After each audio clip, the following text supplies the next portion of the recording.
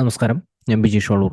നമുക്ക് Nifty, bank Nifty, fin Nifty വരും ദിവസങ്ങളിൽ എങ്ങനെ മാനേജ് ചെയ്യാം, ഏതാണ് റൈറ്റ് ആയിട്ടുള്ള ഒരു സപ്പോർട്ട് റെസിസ്റ്റൻസ്. നിഫ്റ്റിനെ കുറിച്ച് നമ്മൾ കഴിഞ്ഞ ദിവസങ്ങളിൽ പറഞ്ഞിരിക്കുന്നത് ശ്രദ്ധിക്കാം. നിഫ്റ്റിയുടെ കറണ്ട് ട്രെൻഡ് എങ്ങനെ മാനേജ് ചെയ്യുന്നുവെന്ന് നമ്മൾ സൂചിപ്പിച്ചിരുന്നു. അതായത് നിഫ്റ്റിയുടെ ആ ഒരു പോസിറ്റീവ് സെൻറ്റിമെൻറ്റ് നമ്മൾ ലോവർ ലെവലിൽ നിന്ന് തന്നെ ഒരു പോസിറ്റീവ് സെൻറ്റിമെൻറ്റ് നമ്മളത് സൂചിപ്പിച്ചിരുന്നു. പക്ഷെ ഈ ഒരു ലെവല് 24,800 മുകളിലാണ് സ്ട്രോങ് ആയിട്ടുള്ള റെസിസ്റ്റൻസ്. ഈ ഒരു റെസിസ്റ്റൻസ് ഏരിയയിൽ ബൈക്ക് കൂടുതൽ ഇമ്പോർട്ടൻറ്റ് നൽകുന്ന രീതിയിലല്ല നമ്മൾ കഴിഞ്ഞ ദിവസത്തെ ഒരു ട്രേഡിംഗ് പ്ലാൻ നൽകിയിരുന്നത്. അപ്പോൾ നിഫ്റ്റിയിലും റെസിസ്റ്റൻസ് നൽകിയിരുന്നത് 24,852 റെസിസ്റ്റൻസ്. ഓപ്പണിങ്ങിന് തന്നെ ചെറിയ ടൈം ഫ്രെയിമിൽ വലിയ ടൈം ഫ്രെയിമിലോ ഷോർട്ട്സ് ആൻഡ് ഓപ്പർച്യൂണിറ്റി യൂട്ടിലൈസ് ചെയ്യുന്ന മാർക്കറ്റാണ്. സപ്പോർട്ട് നൽകിയിരുന്നത് 24,800 ഈ രണ്ട് സപ്പോർട്ട് റെസിസ്റ്റൻസിന് ഇടയിൽ സൈഡ് വേസ് മൊമെന്റം ആയിരുന്നു നിഫ്റ്റിയിൽ നിലനിർത്തിയിരുന്നത്. അപ്പോൾ വരും ദിവസങ്ങളായാലും നിഫ്റ്റിനെ എങ്ങനെ മാനേജ് ചെയ്യാം, ഏതാണ് റൈറ്റ് ആയിട്ടുള്ള ഒരു സപ്പോർട്ട് റെസിസ്റ്റൻസ്. നിഫ്റ്റിയുടെ ഒരു ട്രെൻഡ്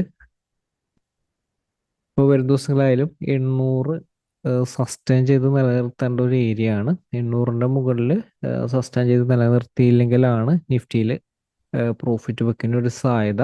ഇൻ കേസ് ക്ലോസിംഗ് ബേസിസിൽ ഇതിന്റെ താഴത്തേക്ക് നിലനിർത്തിയാലും 24,800 താഴത്തേക്ക് നിലനിർത്തിയാലും പ്രോഫിറ്റ് ബുക്കിന് സാധ്യതയുണ്ട്. അപ്പോൾ എപ്പോഴും ഈ ഒരു ലെവലൊന്ന് ശ്രദ്ധിക്കുക. ഇമ്പോർട്ടൻ്റ് ആയിട്ടുള്ളൊരു സപ്പോർട്ടായിട്ട്, ക്ലോസിംഗ് ലെവലിലെ സപ്പോർട്ടായിട്ട് വർക്ക് ചെയ്യും. അപ്പോൾ നമുക്ക് വരും ദിവസങ്ങളിൽ മാനേജ് ചെയ്യാനുള്ള സപ്പോർട്ട് റെസിസ്റ്റൻസ് നമുക്ക് നോക്കാം. നമുക്ക് വരും ദിവസങ്ങളിൽ നിഫ്റ്റിനെ മാനേജ് ചെയ്യാനുള്ള റൈറ്റ് സപ്പോർട്ട് റെസിസ്റ്റൻസ് നമുക്ക് നോക്കാം.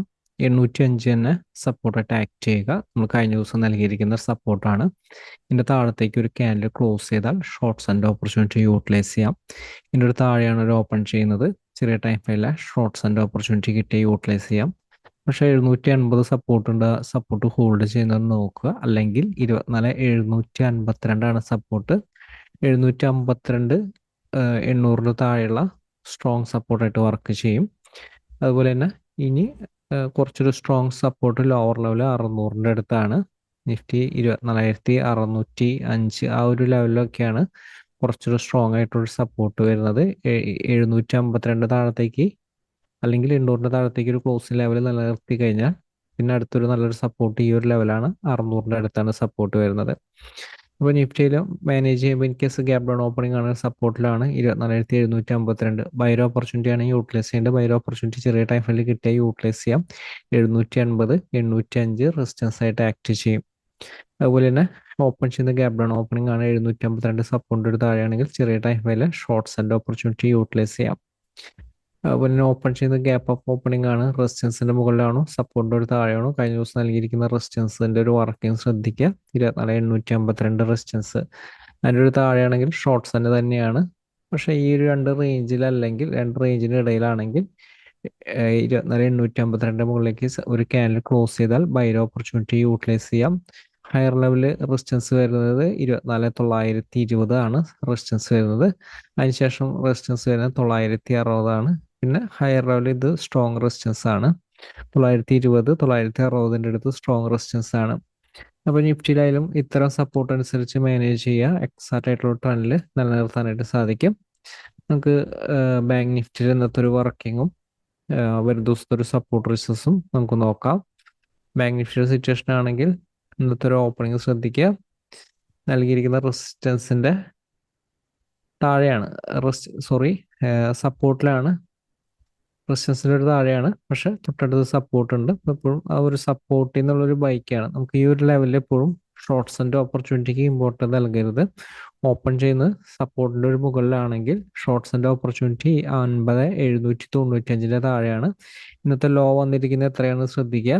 50,795ന്റെ അടുത്താണ് ഇന്നത്തെ ലോ വന്നിരിക്കുന്നത്. ഈ ഒരു സപ്പോർട്ടിൽ നിന്നാണ് ബൗൺസ് ചെയ്തിരുന്നത്. അതിനുശേഷം ഈ ഒരു ലെവല് 50,995 റെസിസ്റ്റൻസ് ആയിട്ട് ആക്ട് ചെയ്തു. അതിനുശേഷം ഇതിൻ്റെ മുകളിലേക്ക് ബ്രേക്ക് ചെയ്തെങ്കിലും സൈഡ് വേസ് മൂവ്മെന്റ് ആയിരുന്നു. നമുക്ക് വരും ദിവസങ്ങളിൽ മാനേജ് ചെയ്യാനുള്ള റൈറ്റ് സപ്പോർട്ട് റെസിസ്റ്റൻസ് നമുക്ക് നോക്കാം.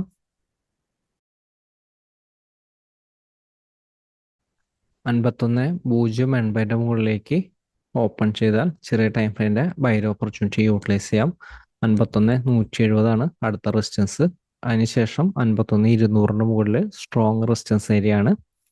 അതുപോലെ തന്നെ ഓപ്പൺ ചെയ്യുന്ന ഗ്യാപ്പ് അപ്പ് ഓപ്പണിംഗ് ആണ് 51,080 താഴെയാണെങ്കിൽ ഷോർട്ട്സ് ആൻഡ് ഓപ്പർച്യൂണിറ്റി യൂട്ടിലൈസ് ചെയ്യുമ്പോൾ 51,20 കൂടി ബ്രേക്ക് ചെയ്യാനായിട്ട് വെയിറ്റ് ചെയ്യുക. ഇതും ബ്രേക്ക് ചെയ്താൽ വീക്ക്നെസ് ആണ്, പ്രോഫിറ്റ് ബുക്കിംഗ് സ്റ്റാർട്ട് ചെയ്യും. ഓപ്പൺ ചെയ്യുന്നത് 50,900 ബ്രേക്ക് ചെയ്ത് വരുന്ന ഒരു ഓപ്പണിംഗ് ആണെങ്കിൽ ഈ സപ്പോർട്ട് 50,900 ആണ്. ബ്രേക്ക് ചെയ്ത് വരുന്ന ഒരു ഓപ്പണിംഗ് ആണെങ്കിൽ അല്ലെങ്കിൽ ഇതിൻ്റെ ഒരു താഴെയാണെങ്കിൽ ഷോർട്ട്സ് തന്നെയാണ് സാധ്യത.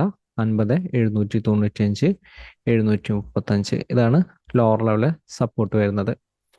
ഓപ്പൺ ചെയ്യുന്ന ഗ്യാപ്പ് അപ്പ് ഓപ്പണിംഗ് ആണ് 51,20 മുകളിലാണ്. 51,80 മുകളിലേക്ക് ഒരു ക്യാൻഡിൽ ക്ലോസ് ചെയ്താൽ ബൈ ഓപ്പർച്യൂണിറ്റി യൂട്ടിലൈസ് ചെയ്യാം. 51,170 അടുത്ത് ടെസ്റ്റ് ചെയ്യും. അപ്പോൾ ബാങ്ക് നിഫ്റ്റി ആയാലും ഇത്തരം സപ്പോർട്ട് റെസിസ്റ്റൻസ് അനുസരിച്ച് മാനേജ് ചെയ്യുക. എക്സാക്റ്റ് ആയിട്ടുള്ള ട്രെൻഡിൽ നിലനിൽക്കാൻ സാധിക്കും. നിഫ്റ്റി ആയാലും ഇന്നത്തെ ഒരു ഓപ്പണിംഗിൽ ഒരു വർക്കിംഗ് ശ്രദ്ധിക്കുക.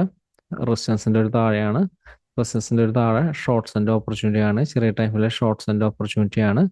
21,160 സപ്പോർട്ട് ചെയ്താണ് ബൗൺസ് ചെയ്തത്. അപ്പോൾ എപ്പോഴും ആ റൈറ്റ് സപ്പോർട്ട് റെസിസ്റ്റൻസിൻ്റെ ഒരു വർക്കിംഗ് ശ്രദ്ധിക്കുക.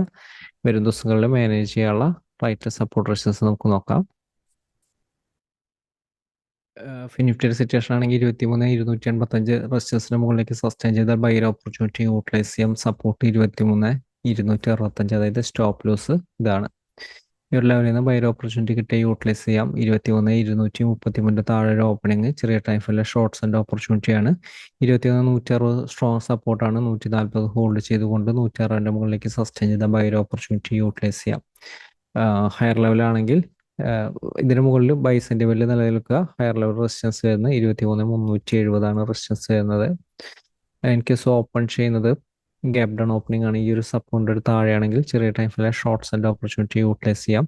23,45 23,20 സ്ട്രോങ് സപ്പോർട്ടായിരിക്കും. ഷോർട്ട്സ് ആൻഡ് ഓപ്പർച്യൂണിറ്റി 23,20 താഴെ മാത്രമാണ്. താഴെ ഒരു ക്യാൻഡിൽ സസ്റ്റൈൻ ചെയ്താൽ മാത്രമാണ്. Stop loss 23,045. ഓപ്പൺ ചെയ്യുന്നത് ഗ്യാപ് ഡൗൺ ഓപ്പണിംഗ് ആണ്. ഒരു സപ്പോർട്ടിലാണെങ്കിൽ സപ്പോർട്ടിൽ നിന്ന് ബൗൺസ് ചെയ്ത് കഴിഞ്ഞാൽ ബൈ ഓപ്പർച്യൂണിറ്റി യൂട്ടിലൈസ് ചെയ്യാം. അടുത്ത റെസിസ്റ്റൻസ് ടെസ്റ്റ് ചെയ്യും. നിഫ്റ്റി, ബാങ്ക് നിഫ്റ്റി ഇത്തരം സപ്പോർട്ട് റെസിസ്റ്റൻസ് അനുസരിച്ച് മാനേജ് ചെയ്യുക. എക്സാക്റ്റ് ആയിട്ടുള്ള ട്രെൻഡ് നിലനിൽക്കാനായിട്ട് സാധിക്കും. മാർക്കറ്റിലെ വലിയ അവസരമായിട്ട് നമുക്ക് ഒരു ദിവസം അപ്ഡേറ്റിൽ വീണ്ടും കാണാം. Thank you.